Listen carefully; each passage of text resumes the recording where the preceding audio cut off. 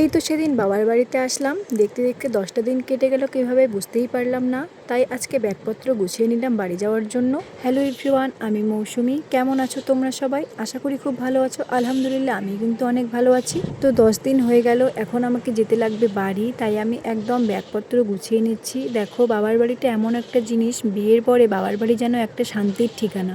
প্রত্যেকটা মেয়ের যেন বাবার বাড়ি একটা অন্যরকম অনুভূতি। তো বাবার বাড়ি আসলে তো যেতে ইচ্ছে করে না, কিন্তু শ্বশুর বাড়ি তো যেতেই হবে, তাই না? তাই দেখো, আমি ব্যাগপত্র সব কিছু গুছিয়ে নিচ্ছি। আজকে যেতে হবে আমাকে বাড়ি।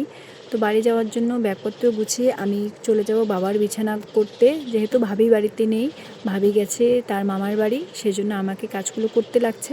আর আম্মুও করে, কিন্তু আম্মু রান্না করছে, তাই আমি ঘরের কাজগুলো, টুকটাক কাজ যেগুলো, সেগুলো আমি করে টোরে যাবো একটু জামাকাপড় ধুতে। জামাকাপড় ধুয়ে আমি স্নান করব।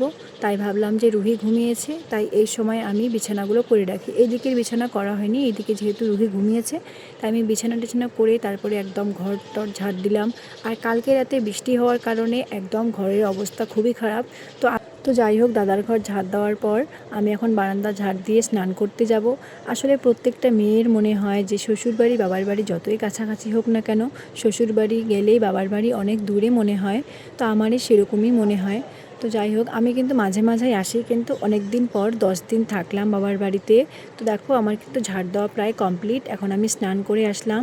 স্নান করে আসার পর আমি আর কোনো কিছু ভিডিও ক্লিপ নেই। তো যাই হোক, তোমরা যারা ফেসবুক থেকে ভিডিওটা দেখছো অবশ্যই আমার পেজটাকে ফলো করো। আর আমার পেজের নাম আমি মৌসুমি। আর যারা ইউটিউব থেকে দেখছো আমার চ্যানেলটাকে অবশ্যই সাবস্ক্রাইব করো। আমার চ্যানেলের নাম আমি মৌসুমি। তো যাই হোক, তোমাদের ভিডিওটা কেমন লাগলো অবশ্যই জানিও। টাটা সবাইকে।